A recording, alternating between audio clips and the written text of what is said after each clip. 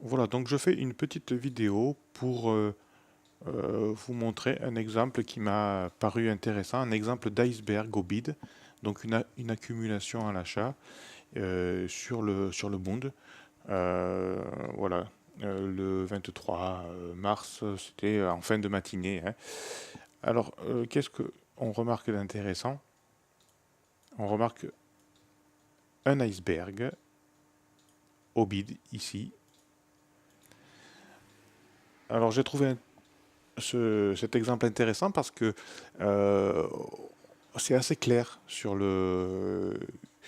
Bookmap. On voit tous ces petits points rouges entre 11h41 et 11h45 à peu près, qui sont voilà, donc, pleins de ventes au marché et qui ont été absorbés par les ordres limites au bid. Et on voit que ça s'est produit, c'est apparemment un iceberg un petit peu sophistiqué, puisqu'il s'est produit sur plusieurs niveaux de prix, entre 162,33 et 162 31. Ouais, voilà. Et on voit donc voilà, toutes ces petites accumulations en achat.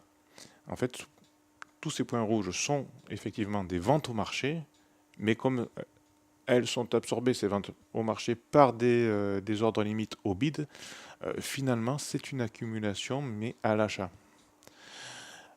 Alors, la chose qui est intéressante, c'est que quelques minutes plus tard, le même manège va recommencer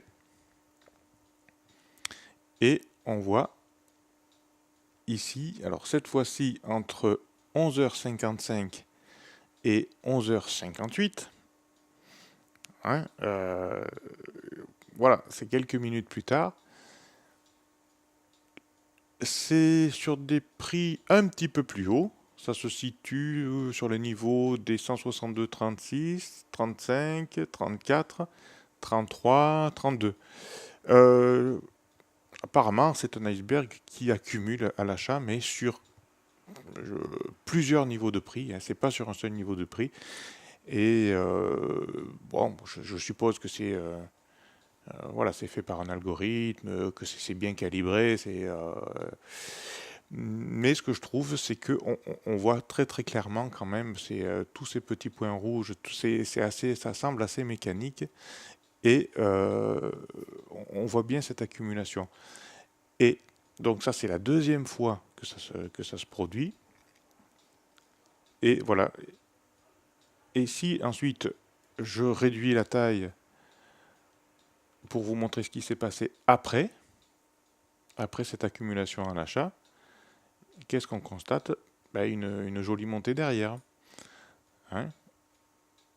Donc la première accumulation, voilà, vous voyez sur 11h45 par là, hein, entre 11h42 et 11h45. Deuxième accumulation ensuite entre 11h55 et 11h58. Et suite à ça, on a eu un beau mouvement à la hausse.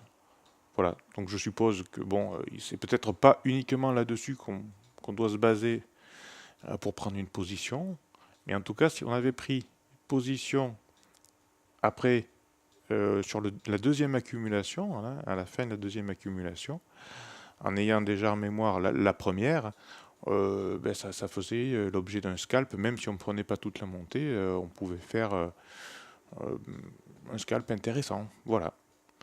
Bon, voilà, c'est tout ce que je voulais vous montrer aujourd'hui.